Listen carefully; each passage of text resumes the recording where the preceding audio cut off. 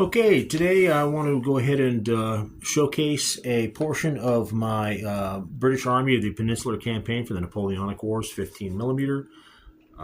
This army was commanded by Wellington. I based my organization on the British Allied Army at the Battle of Salamanca for the Salamanca campaign.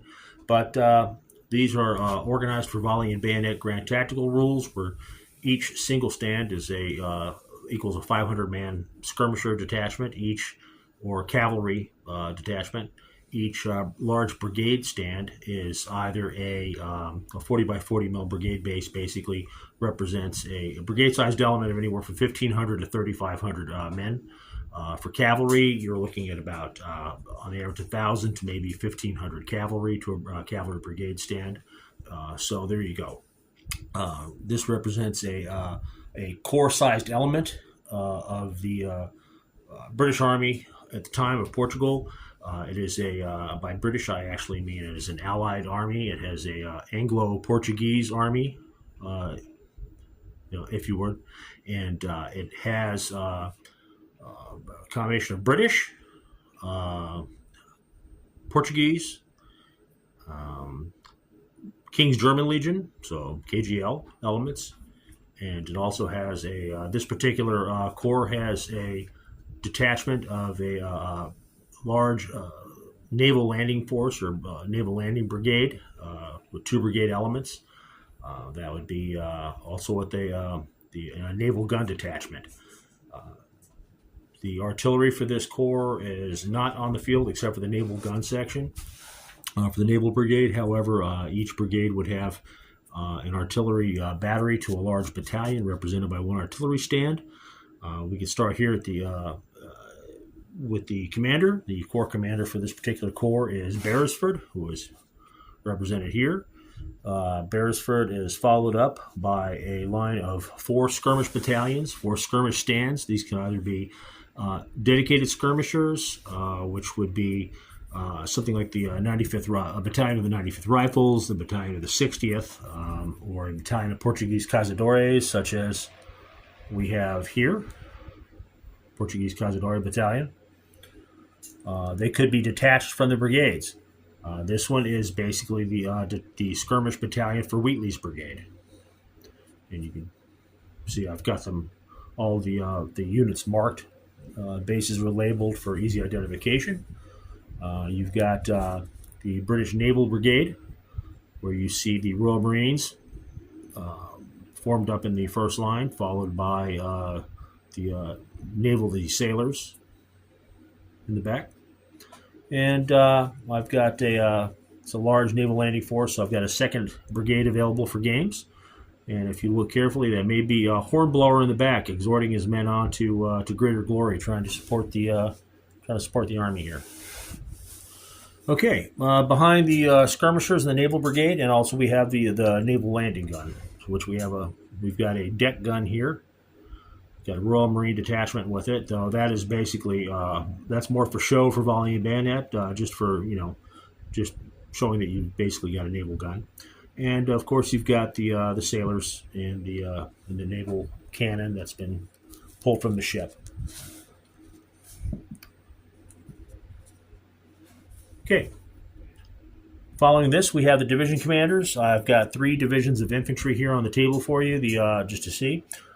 Each division has 3 brigades. There are 2 British or Anglo-Allied, sort of a British or KGL brigades, and 1 Portuguese brigade per division, sort of a round-out division. Oh, a round-out brigade, sorry. So in the 1st division, led by General Alton. You see him Alton is in his hussar uniform for some reason. He looks pretty dandy right there. Well dressed for the battle. And you also have a brigade of the King's German Legion. You have a brigade of British infantry, and you can see that there is a Cazadore battalion attached to that brigade. And the 3rd division rounding out would be a Portuguese brigade. This is Collins' brigade of Portuguese troops. Don't mind the hands. Here you go. And again, you see the Cazadore elements leading. Each of these bases represents a brigade of anywhere from 1,500 to 3,500 men. The average in these brigades for this volley and bayonet game, average about anywhere from 2,000 to 2,500 men to a brigade for the British Army here for Salamanca. And so you've got, that's one division. Then you have two more divisions of British infantry with basically Anglo-Portuguese infantry. You have a Highland Brigade here. And this is Wallace's Infantry Brigade. It's got some Highlanders on this one, attached to this brigade.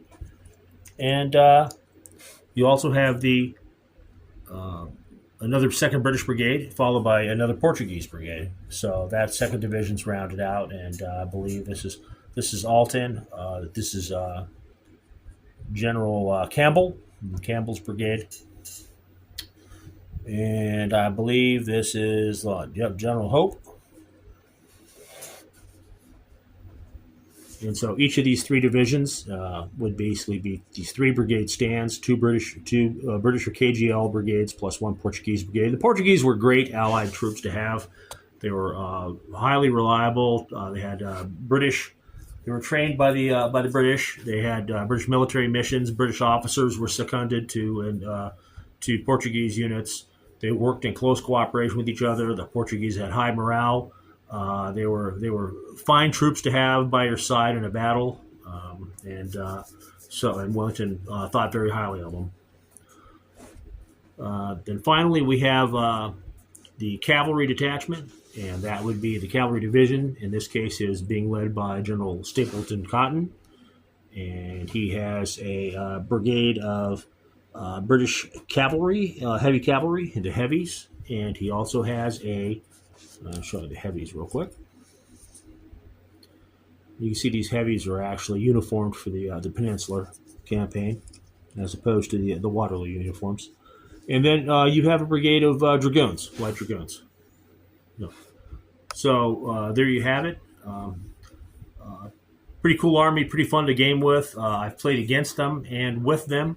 They're pretty formidable.